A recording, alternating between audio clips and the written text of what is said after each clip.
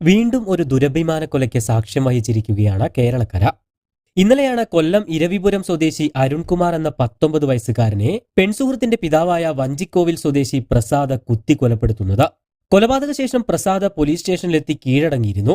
തന്റെ മകളെ ശല്യം ചെയ്തതിനുള്ള പ്രതികാരമായാണ് യുവാവിനെ കൊലപ്പെടുത്തിയത് എന്നാണ് പ്രസാദ് പോലീസിനോട് പറഞ്ഞിരുന്നത്. എന്നാൽ സംഭവത്തിൽ ഇപ്പോൾ പ്രതിയായ പ്രസാദിന്റെ സ്വഭാവദൂഷ്യത്തെക്കുറിച്ചുള്ള ഞെട്ടിക്കുന്ന വാർത്തകളാണ് പുറത്തുവരുന്നത്. മാതൃസഹോദരിയും പിതാവുമാണ് ഇപ്പോൾ വെളിപ്പെടുത്തലുകളുമായി രംഗത്ത് വന്നിരിക്കുന്നത്. അരുൺകുമാറും പ്രതിയായ പ്രസാദിന്റെ മകളും തമ്മിൽ 8ാം ക്ലാസ് മുതലുള്ള അടുപ്പമായിരുന്നുവെന്നാണ് അരുൺകുമാറിന്റെ മാതൃസഹോദരിയായ സന്ധ്യ പറഞ്ഞത്.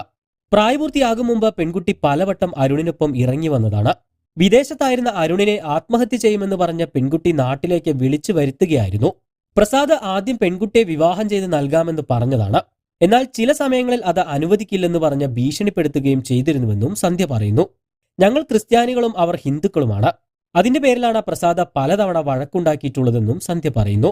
അതേസമയം പിതാവാണ് പ്രതിയായ പ്രസാദിന്റെ സ്വഭാവദൂഷ്യത്തെപ്പറ്റി വെളിപ്പെടുത്തിയിരിക്കുന്നത്. തന്റെ മകനെ വിളിച്ചുവരുത്തി കൊലപ്പെടുത്തിയതാണ് എന്നാണ് അരുൺകുമാറിന്റെ പിതാവ് ബിജു പറയുന്നത്. പ്രസാദ് കഴിഞ്ഞ ദിവസം വീട്ടിലെത്തി മകൻ എവിടെയെന്ന് ചോദിച്ചിരുന്നു. ഇന്നത്തെ ദിവസം എനിക്ക് സംസാരിക്കാൻ അവന് വേണമെന്ന് പറഞ്ഞെന്നും അദ്ദേഹം വ്യക്തമാക്കി. പ്രതിയായ പ്രസാദിന്റെ സ്വഭാവദൂഷ്യത്തെക്കുറിച്ചും ഇദ്ദേഹം പറയുന്നുണ്ട്. പ്രസാദിന്റെ മകൾ അവിടെ നിന്നും മാറി താമസിച്ചിരുന്നു. നെല്ലുമുക്ക് ചിരട്ടക്കട ഭാഗത്തായിരുന്നു അവർ താമസിച്ചിരുന്നത്. ആ പെൺകുട്ടി തന്നെ മാറി നിൽക്കാൻ കാരണം പ്രസാദിന്റെ സ്വഭാവദൂഷ്യമാണ്. അവന്റെ ഭാര്യ ഗൾഫിലാണ്. മകൾ കുളിക്കുന്നിടത്ത് പോലും ഒളിഞ്ഞു നോക്കുന്ന അച്ഛനാണവൻ. ഈ സംഭവത്തിനു ശേഷം മകൻ ഇടപെട്ടാണ് അവളെ അങ്ങോട്ടേക്ക് മാറ്റി താമസിപ്പിച്ചത്. അവന്റെ ഭാര്യയും വിളിച്ചു പറഞ്ഞിരുന്നു മകളെ അവിടെ നിർത്തരുതെന്ന്. പ്രസാദ് കൊലപാതകത്തിന് മുമ്പ് 2-3 തവണ വീട്ടിൽ വന്ന പ്രശ്നമുണ്ടാക്കിയിട്ടുണ്ടെന്നും അദ്ദേഹം പറയുന്നു. ഇന്നലെ പെൺകുട്ടി നിൽക്കുന്ന സ്ഥലത്തേക്ക് വിളിച്ചു വരുത്തിയാണ് അവൻ മകനെ കൊലപ്പെടുത്തിയതെന്നും ബിജു കൂട്ടിച്ചേർത്തു. കൂടുതൽ വാർത്തകൾക്കും വിശേഷങ്ങൾക്കും ചാനൽ സബ്സ്ക്രൈബ് ചെയ്യാൻ മറക്കരുത്.